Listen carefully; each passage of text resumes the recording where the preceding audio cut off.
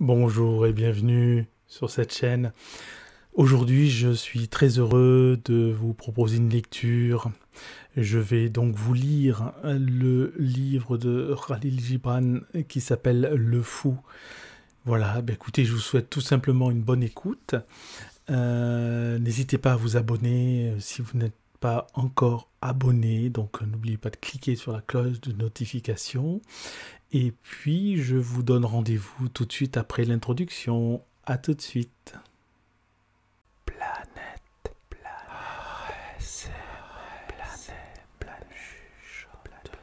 chuchote, bienveillance,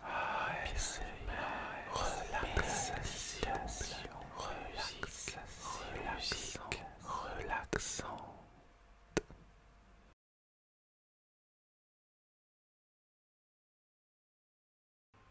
Le Fou de Khalil Gibran.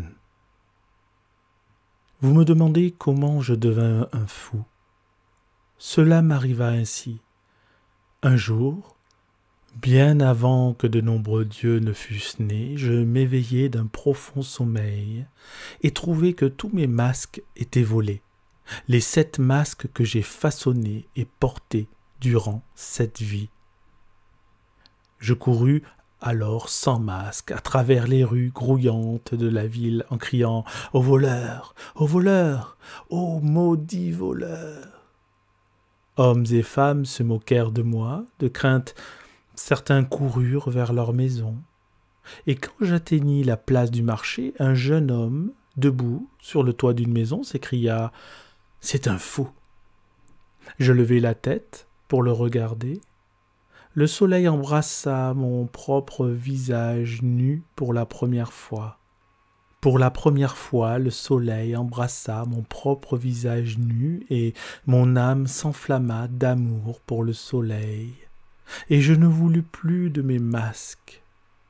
Et comme dans une extase, je criai « Béni, bénis soient les voleurs qui me dépouillèrent de mes masques. » C'est ainsi que je devins un fou. Et dans ma folie, j'ai retrouvé à la fois ma liberté et ma sécurité, la liberté d'être seul et la sécurité de n'être pas compris, car ceux qui nous comprennent nous asservissent de quelque manière. Mais je ne voudrais pas me targuer de ma sincérité. Même un voleur dans sa geôle est à l'abri d'un autre voleur. Dieu. Dans les temps anciens, quand le premier frisson de parole vint à mes lèvres, je gravis la sainte montagne et m'adressai à Dieu et lui dis « Seigneur, je suis ton esclave. Ta volonté cachée est ma loi, et je t'obéirai à jamais. » Mais Dieu ne fit pas de réponse, et telle une puissante tempête, il disparut. Et 1000 ans plus tard, je gravis la sainte montagne et de nouveau je m'adressai à Dieu et lui dis « Créateur, je suis ta création. D'argile tu m'as façonné et à toi je me dois tout entier. » Et Dieu ne fit pas de réponse, mais tel un millier d'ailes rapides, il disparut.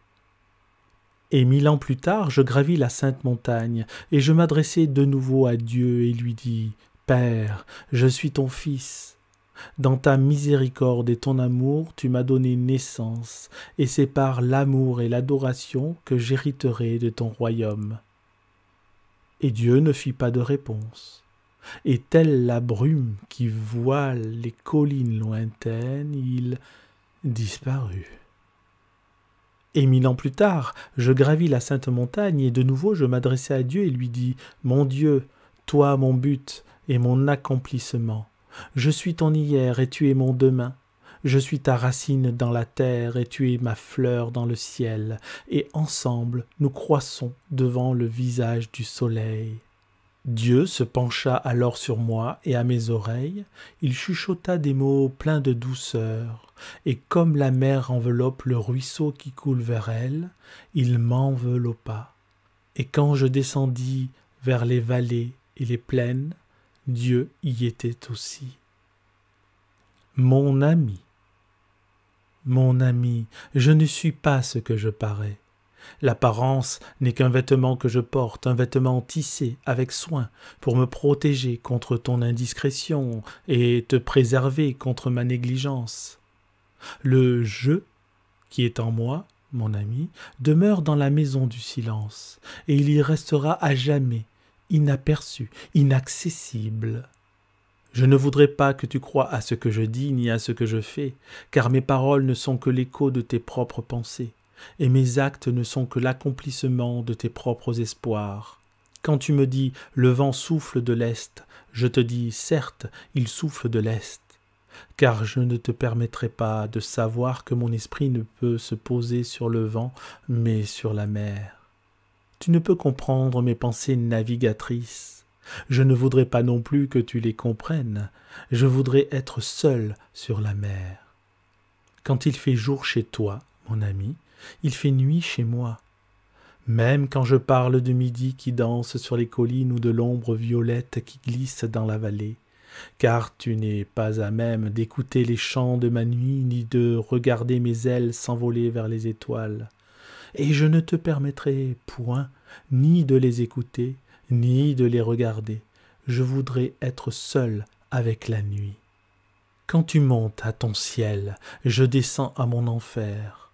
Même si tu m'appelles à travers l'infranchissable gouffre, mon compagnon, mon camarade, je te répondrai, mon camarade, mon compagnon, car je ne te permettrai pas de voir mon enfer.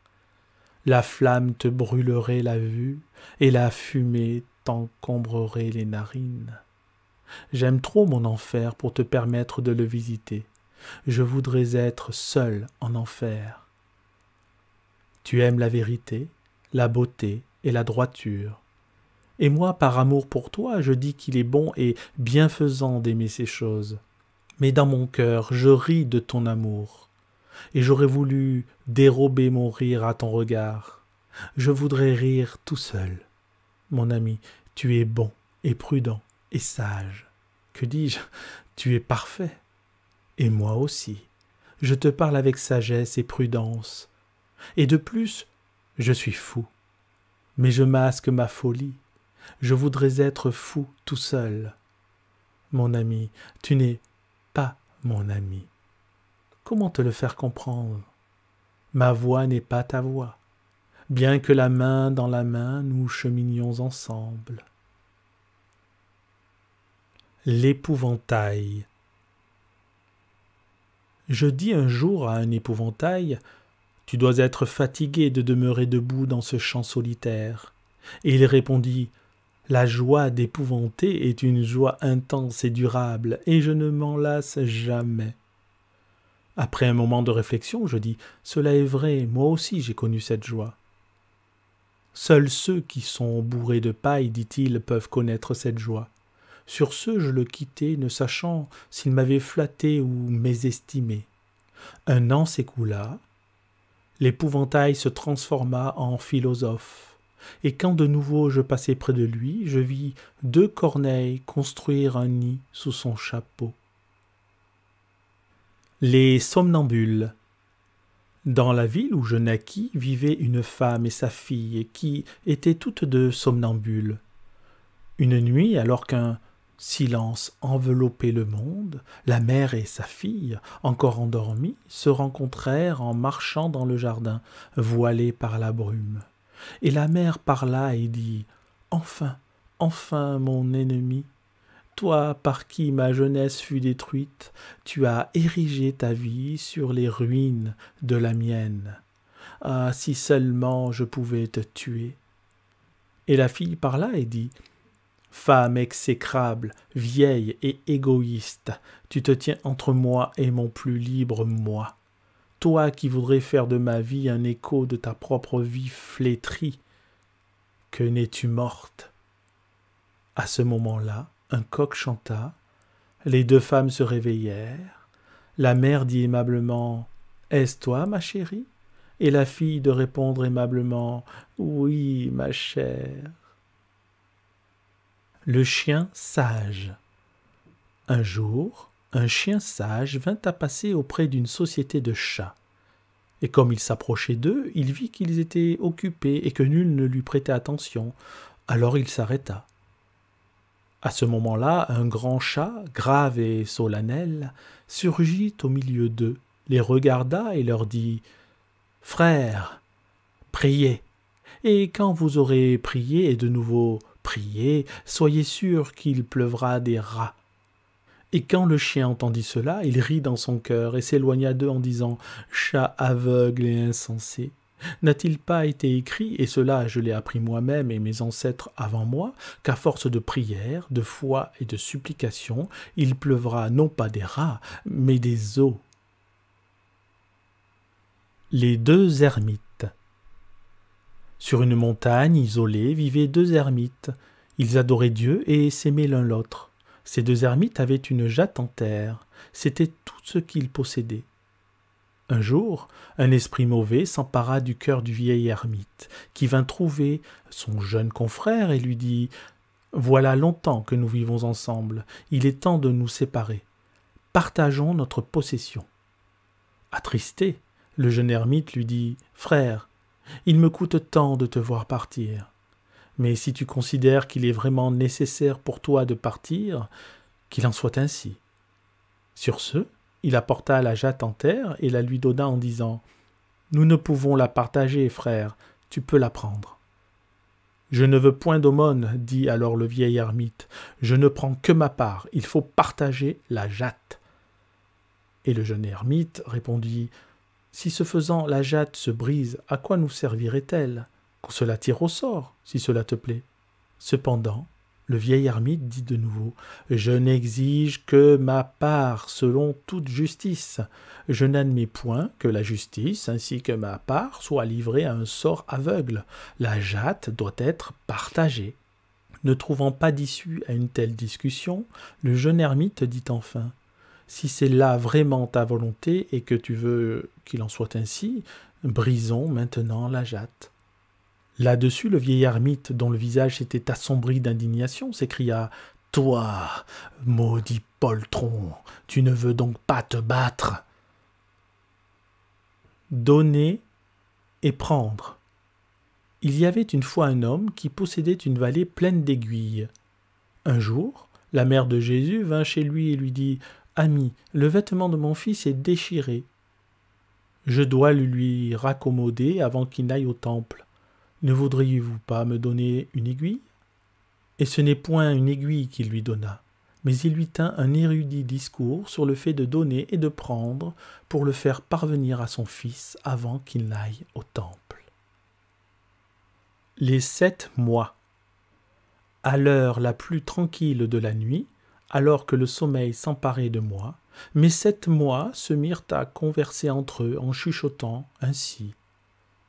Le premier mois. Ici, dans ce fou, voilà que je demeure depuis bien des années, n'ayant rien à faire que de renouveler sa souffrance le jour et son chagrin la nuit. Je ne peux plus supporter mon sort davantage, et maintenant je me révolte. Le second mois. Ton sort est meilleur que le mien, frère, car il me fut imparti d'être le moi joyeux de ce fou. Je ris son rire et chante ses moments heureux, et avec des pieds aux triples ailes je danse ses idées lumineuses. Moi je dois me révolter contre cette existence fastidieuse. Le troisième mois. Que dire de moi? Le moi dominé par l'amour, le tison enflammé de passions déchirantes et de désirs fantastiques. C'est moi, le moi malade d'amour qui devrait me révolter contre ce fou. Le quatrième mois. C'est moi qui suis le plus misérable parmi vous, car il ne m'a été donné que d'être une haine odieuse et une répulsion destructrice. C'est moi, le moi pareil à la tempête née dans les caves sombres de l'enfer. C'est moi qui devrais me révolter d'être l'esclave de ce fou. Le cinquième mois. Non. C'est moi, le moi pensant, le moi fantaisiste, le moi de la soif, le moi de la faim, condamné à vagabonder sans répit en quête de choses inconnues et non encore créées. C'est moi et non pas vous qui devrez me révolter. Le sixième mois. Et moi, le moi travailleur, digne de pitié, qui, avec des mains patientes et des yeux ardents, transforme les jours en rêves et confère aux éléments amorphes une forme nouvelle et éternelle, c'est moi, l'être solitaire, qui devrait me révolter contre ce fou agité. Le 7e mois. Qu'il est étrange de votre part de vouloir vous révolter tous contre cet homme, sous prétexte que chacun d'entre vous a un sort prédestiné à accomplir. Ah, si seulement j'étais l'un d'entre vous, un moi au sort déterminé, mais je n'en ai point. Je suis le moi fainéant, relégué dans l'oubli, à jamais vain et inutile, alors que vous, vous êtes occupé à recréer la vie. Qui devrait donc se révolter, voisin? Est-ce vous ou bien moi? Quand le 7e mois parla ainsi, les 6 autres mois le regardèrent avec pitié, mais ne répondirent plus. Et comme la nuit s'avançait, ils s'endormirent l'un après l'autre, envahis par une nouvelle et heureuse résignation. Seul le 7e mois demeura en place à contempler et à fixer le néant, caché derrière toute chose. Guerre. Une nuit, on célébrait une fête au palais quand vint un homme qui se prosterna devant le prince. Tous les autres se mirent à le regarder. Il avait en effet perdu un œil dont la cavité saignait encore. Que vous est-il donc arrivé, s'enquit le prince? Et l'homme de répondre: Prince, je suis voleur de profession. Cette nuit, comme il n'y avait pas de lune, j'allais voler le magasin du changeur. M'ayant grimpé par la fenêtre, je me rendis compte que j'étais grimpé par mégarde dans l'atelier du tisserand. Dans l'obscurité, je cognai contre le métier à tisser. Mon œil en fut arraché. Prince, je viens ici vous demander justice contre le tisserand. Le prince manda le tisserand et décréta qu'on lui arrachât un œil. « Ô prince, dit le tisserand, votre ordre est équitable. Je conviens que mon œil doit être arraché. Mais hélas, vous savez bien que les 2 yeux me sont indispensables pour me permettre de voir les 2 côtés d'un vêtement que je tisse. Cependant, mon voisin est savetier. Il a aussi 2 yeux, et dans son métier, il peut se passer d'un œil. » Le prince manda alors le savetier, et quand il se présenta, on lui arracha un œil. Ainsi, justice fut satisfaite. Le renard. Au lever du soleil, un renard regarda son ombre et dit « J'aurai un chameau pour déjeuner. » Toute la matinée, il s'en alla à la recherche de chameaux. Mais à midi, il vit de nouveau son ombre et dit « Une souris me suffit. » Le roi sage. Un roi, puissant et sage à la fois, gouvernait jadis la ville de Wirani. Ses sujets le craignaient pour sa puissance et l'aimaient pour sa sagesse. Au cœur de cette ville, il y avait un puits dont l'eau était fraîche et cristalline. Tous les habitants de la ville en buvaient, même le roi et ses courtisans, car il n'y avait pas là d'autre puits.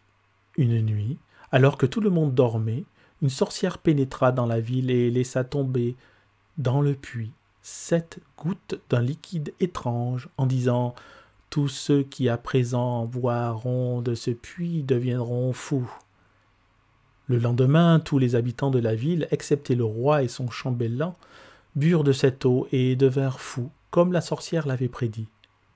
Et tout le long de ce jour-là, les habitants de la ville cheminaient dans les rues étroites et sur les places de marché en chuchotant les uns aux autres « Le roi est fou. Notre roi et son chambellan ont perdu la raison. Nous refusons d'être gouvernés par un roi fou. Il faut le détrôner. » Ce soir-là, le roi fit remplir un gobelet doré de l'eau du puits.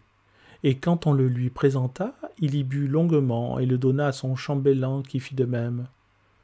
Grande fut la réjouissance du peuple dans la ville lointaine de Wirani. Le roi et son chambellan avaient en effet recouvré la raison. Ambition. 3 hommes se rencontrèrent à table dans une taverne. L'un d'eux était tisserand, l'autre menuisier et le 3e fossoyeur. Le tisserand dit « J'ai vendu aujourd'hui un fin linceul à 2 pièces d'or, buvin du vin à satiété. Et moi, dit le menuisier, j'ai vendu le meilleur cercueil, nous aurons un bon rôti avec le vin. J'ai creusé une tombe seulement, dit le fossoyeur, mais mon patron me paya le double, commandons du gâteau au miel aussi. Et tout le long de ce soir-là, la taverne connut une activité inhabituelle. En effet, ses hôtes ne cessaient de commander vin, viande et gâteaux. Et ils étaient si gais. Et le tavernier se frottait les mains en souriant à sa femme, car ses clients dépensaient largement. Quand ils quittèrent la taverne, la lune était haute, et ils marchaient le long de la route en chantant et en criant tous à la fois. Le tavernier et sa femme, debout au seuil de leur porte, les regardaient partir. « Ah, ces jeunes gens, dit la femme, qu'ils sont gais et généreux. Si seulement ils pouvaient nous procurer un pareil bonheur chaque jour, notre fils n'aurait plus alors à être tavernier et à travailler si dur. Nous pourrions l'éduquer pour qu'il devienne prêtre. » Le nouveau plaisir. La nuit dernière, j'inventai un nouveau plaisir. Et comme je m'en délectais pour la première fois, un ange et un démon surgirent devant ma porte et se mirent à se disputer au sujet de mon nouveau plaisir. L'un criait « c'est un péché », l'autre « c'est une vertu ». L'autre langage. 3 jours après ma naissance, alors que j'étais couché dans mon berceau en soie et regardais avec étonnement et épouvante le nouveau monde qui m'entourait, ma mère demanda à la nourrice. « Comment va mon enfant ?»« Il va bien, madame, répondit celle-ci. Je l'ai allaité 3 fois, et jamais de ma vie je n'ai vu un bébé aussi gai et aussi vigoureux. » Indigné, je m'écriai alors. « Ce n'est pas vrai, maman, car mon lit est dur, le lait que j'ai tété est amer dans ma bouche et l'odeur du sein est répugnante pour mes narines. Je suis on ne peut plus misérable. » Cependant, ni ma mère ni la nourrice ne m'ont compris, car le langage que je parlais était celui du monde d'où je venais. Et le 21e jour après ma naissance, comme j'allais être baptisé, le prêtre dit à ma mère « Réjouissez-vous, madame, votre fils est né chrétien. » Surpris, je dis alors au prêtre « S'il en est ainsi, votre mère au ciel doit être malheureuse, car vous n'êtes pas né chrétien. » Mais le prêtre non plus ne comprit pas mon langage. Et un jour, après 7 mois lunaires, un devin me regarda et dit à ma mère « Votre fils sera un homme d'État et un grand conducteur d'hommes. » Mais je lui criai bien fort « Cette prophétie est fallacieuse. En effet, je serai musicien, et rien d'autre que musicien. » Cependant, même à cet âge-là, mon langage demeura encore incompris. Et grand fut mon étonnement. Et 33 ans plus tard, alors que ma mère, la nourrice et le prêtre étaient décédés, que l'ombre de Dieu protège leur esprit, le devin vivait encore. Et hier, je le rencontrai près de la porte du temple, et de fil en aiguille, il vint à me dire « Je savais depuis toujours que vous deviendriez un grand musicien. Vous étiez encore enfant quand je prédis dans une prophétie votre avenir. » Et je le crus. Car à présent, moi aussi, j'ai oublié le langage de l'autre monde. La grenade.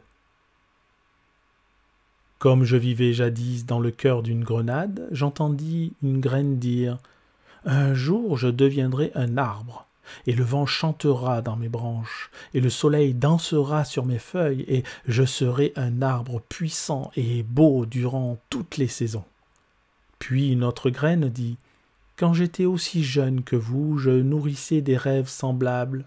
Mais maintenant que je suis à même de peser et de mesurer toutes choses, je me rends compte que tous mes espoirs étaient vains. » Et une 3e graine dit aussi « Je ne vois rien en nous qui promette un avenir si brillant. » Et une 4e graine dit « Sans un grand avenir, piètre vie que la nôtre. » Et une 5e dit « Pourquoi nous disputer sur ce que nous serons alors que nous ignorons même ce que nous sommes ?»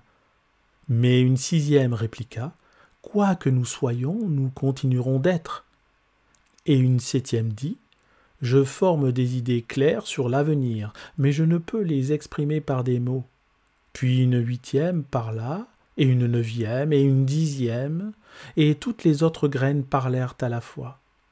Et je ne pouvais plus rien comprendre dans cette confusion de voix.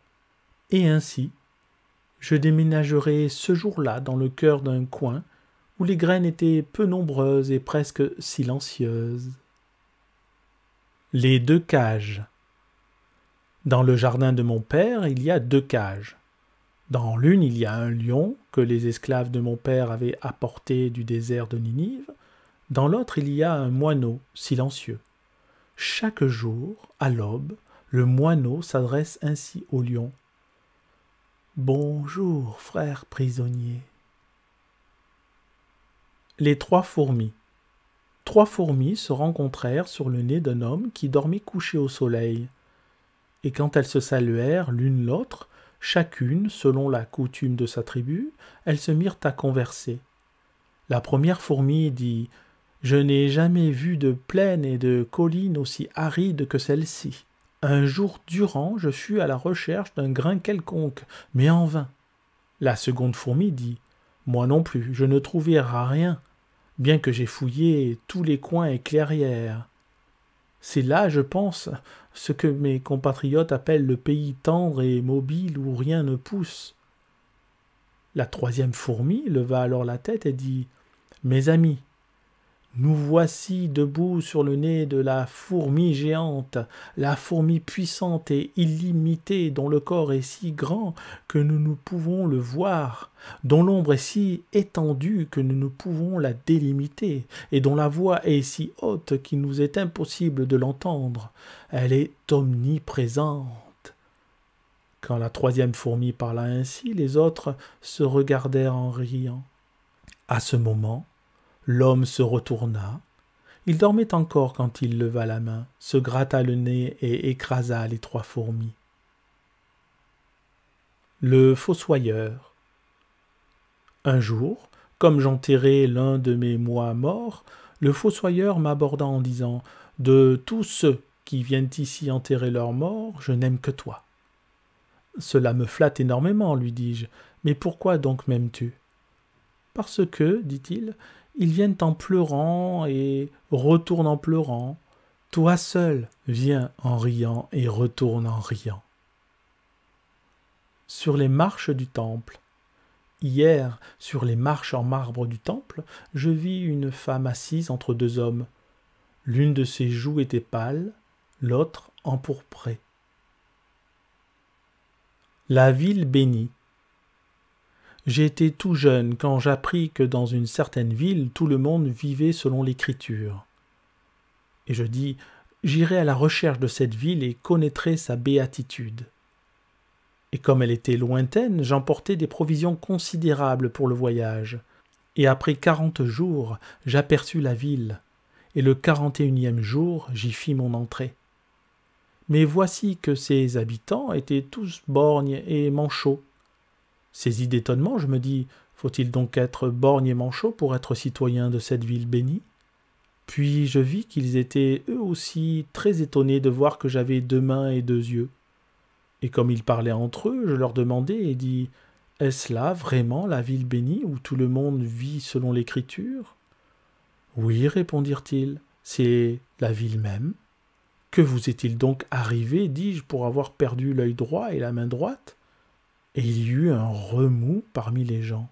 « Venez donc voir, me dirent-ils. » Et ils m'emmenèrent au temple, situé au milieu de la ville, et dans le temple, je vis un amoncellement d'yeux et de mains, tout flétris. Alors je leur dis, « Hélas, quel agresseur peut commettre contre vous une telle cruauté ?» Et un chuchotement se fit parmi eux, et l'un de leurs aînés s'approcha de moi et dit, « C'est nous qui avons agi ainsi de plein gré. Dieu nous a aidés à vaincre le mal qui était en nous. » Et il me conduisit à un autel élevé, et tout le peuple nous suivait. Et il montra une inscription gravée au-dessus de l'autel, et je lis « Si ton œil droit te scandalise, arrache-le et jette-le loin de toi, car mieux vaut pour toi perdre un seul de tes membres que de voir tout ton corps jeté dans la géhenne. Et si ta main droite te scandalise, coupe-la et jette-la loin de toi, car mieux vaut pour toi perdre un seul de tes membres que de voir tout ton corps jeté dans la géhenne. » À ce moment-là, je compris. Je me retournai vers tout le peuple et criai: « N'y a-t-il pas parmi vous un homme ou une femme qui ait 2 yeux ou 2 mains ?» Et ils répondirent en me disant: « Non, pas un. Il n'y a que ceux qui sont trop jeunes encore pour lire l'Écriture et comprendre ses commandements. » Et quand nous sortîmes du temple, je m'empressai de quitter cette ville bénie, car je n'étais plus trop jeune et je pouvais lire l'Écriture. Le bon Dieu et le mauvais Dieu. Le bon Dieu et le mauvais Dieu se rencontrèrent sur le sommet d'une montagne. Le bon Dieu dit: « Bonjour à toi, frère. » Le mauvais Dieu ne répondit pas. Et le bon Dieu dit: « Tu es de mauvaise humeur aujourd'hui. » « Oui, répondit le mauvais Dieu, car j'ai souvent été confondu avec toi, appelé par ton nom et traité comme si j'étais toi, et cela me déplaît. » Et le bon Dieu dit: « Mais moi aussi j'ai été confondu avec toi et appelé par ton nom. » Le mauvais Dieu s'en alla en maudissant la stupidité de l'homme. Défaite. Défaite, ma solitude et mon isolement. Tu es pour moi plus cher que 1000 triomphes, et plus douce pour mon cœur que toute la gloire du monde. Défaite, mon défi et ma connaissance de moi-même. Grâce à toi, je sais que je suis encore un jeune homme aux pieds agiles, et qui ne se laisse attirer par des lauriers fanés. Et en toi j'ai trouvé ma solitude et la joie d'être éloigné et dédaigné. Défaite, mon épée brillante et mon bouclier. Dans tes yeux j'ai lu que celui qui cherche le trône se rend lui-même esclave, et celui qui veut être compris se ravale, et pour scruter le fond d'un être, il nous faut atteindre sa plénitude, et tel un fruit mûr tomber et être consommé. Défaite, ma compagne audacieuse, tu entendras mon chant, mes cris et mes silences. Et nul à part toi ne me parlera du battement d'ailes, et de l'agitation des mers, et des montagnes qui brûlent dans la nuit. Et toi seul grimperas les chemins escarpés et rocheux de mon âme. Défaite, mon courage immortel, toi et moi rirons ensemble avec la tempête, et ensemble nous creuserons des tombes pour tout ce qui meurt en nous, et nous nous tiendrons face au soleil avec obstination, et nous serons dangereux. La nuit et le fou. Je suis comme toi, ô nuit, sombre et nue. Je chemine sur le sentier flamboyant qui est au-delà de mes rêves diurnes. Et là, où mon pied touche terre, un chêne géant surgit. Non, tu n'es pas comme moi, ô fou, car tu te retournes encore pour voir combien grandes sont les traces de tes pieds sur le sable. Je suis comme toi, ô nuit, silencieux et profond. Et dans le cœur de ma solitude repose une déesse en couche, et en celui qui naîtra, le ciel s'unit à l'enfer. Non, tu n'es pas comme moi, ô fou, car tu frémis encore devant la souffrance, et le chant de l'abîme t'effraie. Je suis comme toi, ô nuit, sauvage et terrible, car mes oreilles sont assourdies par les cris des nations conquises et les soupirs pour des pays oubliés. Non, tu n'es pas comme moi, ô fou, car tu prends encore pour camarade ton moi pygmée, alors qu'il t'est difficile d'être l'ami de ton moi géant. Je suis comme toi, ô nuit, cruelle et redoutable, car ma poitrine est illuminée par des bateaux brûlants dans la mer, et mes lèvres sont trempées du sang de guerriers abattus. Non, tu n'es pas comme moi, ô fou, car tu es encore hanté par le désir d'une âme sœur, et tu n'es pas encore devenu ta propre loi. Je suis comme toi, ô nuit, joyeux et heureux, car celui qui demeure sous mon toit est maintenant ivre de vin vierge, et celle qui me poursuit délecte à présent la joie de l'adultère. Non, tu n'es pas comme moi, ô fou, car ton âme est enveloppée dans un voile à 7 plis. Aussi, n'es-tu pas encore à même de prendre ton cœur en main. Je suis comme toi, ô nuit, patient et passionné, car dans ma poitrine sont enterrés des milliers d'amoureux dans des linceuls de baisers flétris. Oui, fou, es-tu comme moi? Es-tu comme moi? Peux-tu donc chevaucher sur la tempête comme sur un coursier, ou empoigner la foudre telle une épée? Je suis comme toi, ô nuit, je suis comme toi, puissant et élevé, car mon trône se dresse sur des tas de dieux déchus, et devant moi passent les jours pour embrasser le bord de mes vêtements, mais sans jamais pouvoir contempler mon visage. Es-tu comme moi, enfant de mon cœur le plus sombre? Peux-tu donc assumer mes pensées indomptables et parler mon langage illimité? Oui, nous sommes des frères jumeaux, ô nuit, car tu révèles l'espace, et moi, je révèle mon âme. Des visages. J'ai vu un visage à 1000 expressions, et un visage qui n'était qu'une seule expression, comme s'il était fixé dans un moule. J'ai vu un visage dont l'éclat apparent cachait la laideur, et un visage dont l'éclat laissait entrevoir la beauté. J'ai vu un vieux visage, sillonné de rides, mais n'exprimant rien, et un visage lisse sur lequel toutes choses furent gravées. Je connais les visages, parce que je les regarde à travers l'étoffe que tissent mes propres yeux, parce que je contemple la réalité qu'ils voilent. La mer la plus grande. Mon âme et moi, nous allâmes à la grande mer pour nous baigner. Arrivés au rivage, nous nous mîmes à la recherche d'un endroit caché et isolé. Mais en marchant, nous vîmes un homme assis sur un rocher gris, tenant un sac et jetant dans la mer des pincées de sel. « C'est le pessimiste, » dit mon âme. « Quittons cet endroit. Nous ne pouvons nous baigner ici. » Nous continuâmes à marcher jusqu'à ce que nous atteignîmes un bras de mer. Là, nous vîmes, debout sur un rocher blanc, un homme tenant une boîte endiamantée, de laquelle il prenait du sucre et le jetait dans la mer. « Et celui-ci est l'optimiste, » dit mon âme, « et lui non plus ne doit pas voir notre corps nu. » Nous poursuivîmes notre marche. Sur une plage, nous vîmes un homme ramasser des poissons morts et les remettre dans l'eau avec tendresse. « Nous ne pouvons nous baigner devant lui, » dit mon âme. « C'est le philanthrope plein d'humanité. » Et nous passâmes notre chemin.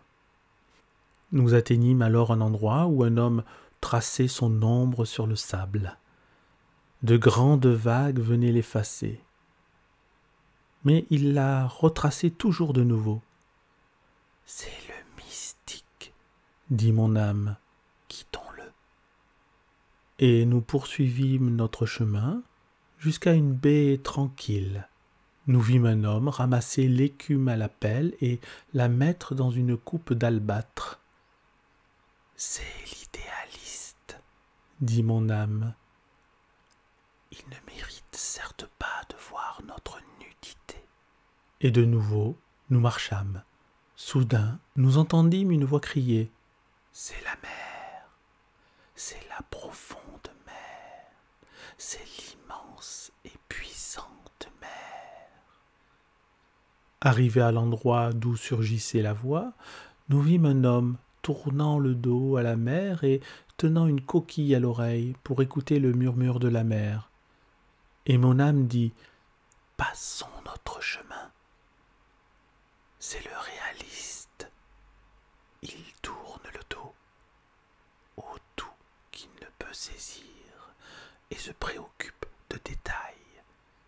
Nous passâmes donc, et parmi les rochers, dans un endroit plein de mauvaises herbes, nous vîmes un homme dont la tête était enfoncée dans le sable. Je dis alors à mon âme, « Nous pouvons nous baigner ici, car il ne peut pas nous voir. »« Non, » répondit mon âme, « c'est le plus fatal de tous, c'est le puritain. » Une grande tristesse s'envahit alors la face de mon âme et en empreignit la voix. « Allons-nous-en, dit-elle, car il n'est pas d'endroit caché et isolé où nous pouvons nous baigner. Je ne laisserai pas le vent soulever ma chevelure dorée, ni l'air mettre à nu ma poitrine blanche, ni la lumière dévoiler ma nudité sacrée. » Sur ce, nous quittâmes cette mer et nous partîmes à la recherche de la plus grande mer. Crucifié. Je criai aux hommes, « Je voudrais être crucifié. » Et ils répondirent, « Pourquoi votre sang serait-il sur nos têtes ?» Et je répondis, « Comment seriez-vous donc exaltés, sinon en crucifiant des fous ?» Et ils prirent mes paroles en considération, et je fus crucifié, et la crucifixion m'apaisa. Et quand j'étais suspendu entre ciel et terre, ils levèrent la tête pour me regarder, et ils furent exaltés, car jamais auparavant ils n'avaient levé la tête. Mais comme ils étaient là, debout à me regarder, l'un d'eux s'écria « Que cherchez-vous donc à expier ?» Et un autre me cria « Pour quelle cause vous sacrifiez-vous » Et un troisième dit « Croyez-vous acheter à ce prix la gloire du monde ?» Puis un quatrième dit « Regardez comme il sourit. Une telle douleur peut-elle être pardonnée ?» Et je leur répondis à tous et dis « Souvenez-vous seulement que j'ai souri. Je ne peux expier ni le sacrifice, ni le désir de la gloire, et je n'ai rien à pardonner. J'avais soif, et je vous ai supplié de me donner mon sang à boire. Y a-t-il en effet quelque chose qui puisse étancher la soif d'un fou, autre que son propre sang? J'étais muet, et je vous ai demandé de me faire des blessures en guise de bouche. J'étais prisonnier de vos jours et de vos nuits. Aussi ai-je recherché une porte conduisant à des jours et à des nuits plus vastes. Et maintenant, je pars, comme d'autres crucifiés sont déjà partis. Et ne croyez pas que nous sommes lassés de crucifixion, car nous sommes appelés à être crucifiés par des hommes bien plus puissants que vous, entre des terres plus grandes et des cieux plus grands. L'astronome. À l'ombre du temple, nous vîmes mon ami et moi un homme aveugle assis tout seul.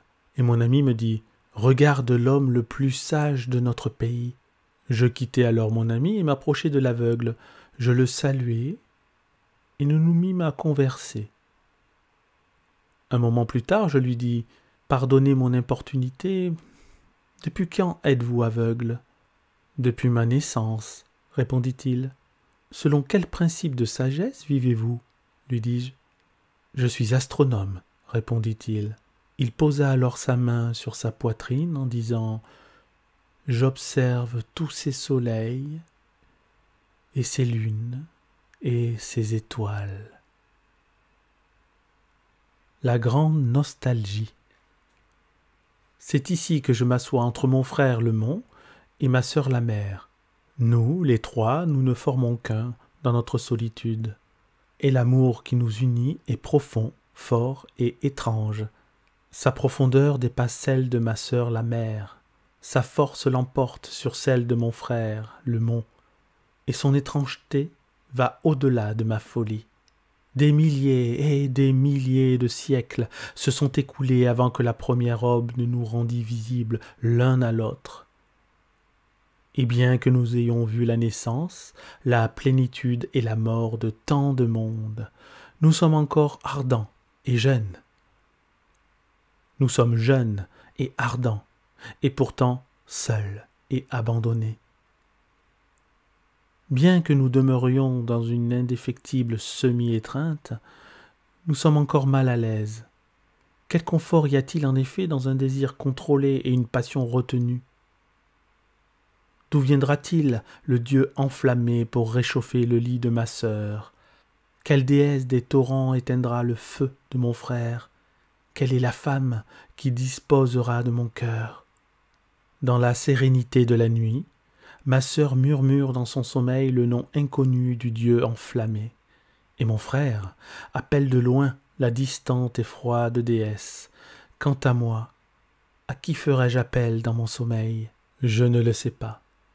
C'est ici que je m'assois entre mon frère le mont et ma sœur la mer. Nous, les trois, nous ne formons qu'un dans notre solitude, et l'amour qui nous unit est profond, fort et étrange. Ce que dit le brin d'herbe. Un brin d'herbe dit à une feuille d'automne: « Tu fais tant de bruit en tombant et dissipes tous mes rêves d'hiver. » Indignée, la feuille répondit: « Toi, objet ignoble et sordide, objet muet et hargneux, tu ne peux saisir la mélodie d'un chant, car tu ne vis pas dans l'air supérieur. » La feuille d'automne se coucha alors par terre et s'endormit. Et quand vint le printemps, elle s'éveilla de nouveau. Elle était devenue un brin d'herbe. Quand vint l'automne, et qu'elle se préparait déjà au sommeil de l'hiver, elle entendit les feuilles tomber de toutes parts au-dessus d'elle. Elle se plaignit au fond d'elle-même en disant « Oh, ces feuilles d'automne, elles font tant de bruit, elles dissipent tous mes rêves d'hiver. » L'œil. L'œil dit un jour: « Je vois au-delà de ces vallées une montagne voilée de brume bleue. N'est-ce pas beau ?» L'oreille, ayant entendu cela, prêta l'oreille un moment et dit: « Mais où est-elle donc cette montagne? Je ne l'entends pas. » Puis la main dit: « En vain j'essaie de la toucher, cette montagne, je ne la trouve pas. » Le nez dit à son tour: « Il n'y a pas de montagne, car je ne peux la sentir. » L'œil se détourna, et les autres se mirent à critiquer cette étrange illusion de l'œil. « Dans l'œil, dirent-ils, il y a certes quelque chose qui défaille. » Les deux savants. Dans l'ancienne ville d'Afkar vivaient jadis deux savants. Chacun d'eux méprisait et dépréciait le savoir de l'autre. L'un d'eux, en effet, niait l'existence des dieux, alors que l'autre était croyant. Un jour, les deux hommes se rencontrèrent sur la place du marché, et là, devant leurs adeptes respectifs, ils se mirent à discuter et à argumenter sur l'existence ou la non-existence des dieux. Après un démêlé de quelques heures, ils se séparèrent. Ce soir-là, l'incroyant s'en alla au temple et se prosterna devant l'autel et pria les dieux de lui pardonner ses caprices d'antan. Et à la même heure, l'autre savant, qui avait soutenu l'existence des dieux, brûlait ses livres sacrés, car il était devenu incroyant.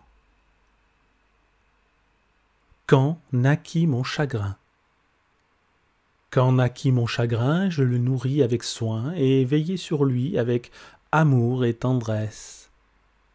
Ainsi grandit mon chagrin, comme toute chose vivante, fort, beau et plein de délices merveilleuses. Et nous nous aimâmes l'un l'autre, mon chagrin et moi. Et nous aimâmes le monde qui nous entourait, car mon chagrin avait un cœur aimable et mon cœur était aimable grâce à mon chagrin. Et quand nous conversions, mon chagrin et moi, nos jours étaient ailés et nos nuits étaient enveloppées de nos rêves, car mon chagrin était éloquent. Et grâce à mon chagrin, je devins moi aussi éloquent. Et quand nous chantions ensemble, mon chagrin et moi, nos voisins se mettaient à leurs fenêtres pour nous écouter, car nos chants étaient profonds comme la mer et pleins de souvenirs étranges. Et quand nous marchions ensemble, mon chagrin et moi, les gens nous contemplaient gentiment et chuchotaient des paroles on ne peut plus tendre. Mais il en est qui nous regardaient avec envie, car mon chagrin était noble, et j'étais fier en compagnie de mon chagrin. Cependant, mon chagrin mourut, comme toute chose vivante, et je demeurai seul à réfléchir et à méditer. Et maintenant, quand je parle, mes paroles sonnent lourdement à mes oreilles. Et quand je chante mes chansons, mes voisins ne viennent plus m'écouter. Et quand je marche dans les rues, personne ne me regarde plus. C'est dans mon sommeil seulement que j'entends des voix dire avec compassion « Regardez, si gît l'homme dont le chagrin est mort. » Et quand naquit ma joie? Et quand naquit ma joie, je la portais dans mes bras, me tins sur le toit de la maison et je criais « Venez, vous, mes voisins, venez voir, car la joie est née aujourd'hui en moi. Venez, regardez cette chose réjouissante qui rit au soleil. » Mais pas un de mes voisins ne vint regarder ma joie. Et grand fut mon étonnement. Et chaque jour, durant 7 mois, je proclamais ma joie du haut du toit, mais personne ne m'écoutait. Ma joie et moi, nous étions seuls, oubliés et abandonnés de tous. Ma joie grandit alors, pâle et ennuyée, car il n'est pas d'autre cœur que le mien qui ait pu jouir de sa beauté, ni d'autres lèvres que les miennes pour embrasser ses lèvres. Ma joie mourut alors de solitude. Et maintenant, je ne me souviens de ma joie morte qu'en évoquant mon chagrin mort. Mais la mémoire n'est qu'une feuille d'automne qui murmure un instant dans le vent, et puis se tait. Le monde parfait. Dieu des âmes perdues, toi qui es perdu parmi les dieux, écoute-moi. Toi, noble destin qui veille sur nous, esprit fou et égaré, écoute-moi. Je vis au milieu d'une race parfaite, moi le plus imparfait. Moi, chaos humain, nébuleuse d'éléments confus, je chemine dans des mondes achevés, parmi des gens dont les lois sont complètes et la discipline intègre, dont les pensées sont classifiées, les rêves ordonnés et les visions inscrites sur des registres. Leurs vertus, ô Dieu, sont mesurées, leurs péchés pesés, et même les innombrables bagatelles qui traversent le sombre crépuscule et qui ne sont ni péchés ni vertus sont enregistrés et catalogués. Ici, les jours et les nuits sont partagés selon la conduite des gens et sont régis par des règles d'une exactitude irréprochable. Manger, boire, dormir, couvrir sa nudité, et puis endurer l'ennui et faire toute chose en son temps. Travailler, jouer, chanter, danser, et puis se reposer paisiblement quand sonne l'heure. Penser ceci, sentir cela profondément, et puis cesser de penser et de sentir lorsqu'une étoile quelconque s'élève à l'horizon lointain. Voler un voisin avec un sourire, accorder des présents avec un geste gracieux de la main, louer avec prudence, blâmer avec précaution, détruire une âme avec une parole, brûler un corps avec un souffle, et puis se laver les mains quand le travail du jour est ainsi accompli. Aimer selon un ordre établi, se divertir soi-même selon une méthode préconçue, adorer les dieux comme il se doit, intriguer les démons avec astuce, et puis tout oublier comme si la mémoire était anéantie. Avoir des caprices avec raison, méditer avec considération, délecter doucement le bonheur, souffrir noblement, et puis vider sa coupe de sorte que le lendemain puisse la remplir de nouveau. Toutes choses, ô Dieu, sont conçues avec prévoyance. Elles sont nées d'une façon délibérée, nourries avec exactitude et justesse, régies avec des règles, dirigées par la raison et puis massacrées et enterrées selon une méthode déterminée. Et même leurs tombes silencieuses où repose l'âme humaine sont numérotées et marquées de signes. C'est un monde parfait, un monde d'une excellence accomplie, un monde de prodiges suprêmes, C'est le fruit le plus mûr dans le jardin de Dieu, c'est le chef-d'œuvre de l'univers. Mais pourquoi donc, ô Dieu, dois-je être ici, moi, grain vert d'une passion inachevée, folle tempête qui ne cherche ni d'Orient ni d'Occident, fragment égaré d'une planète consumée?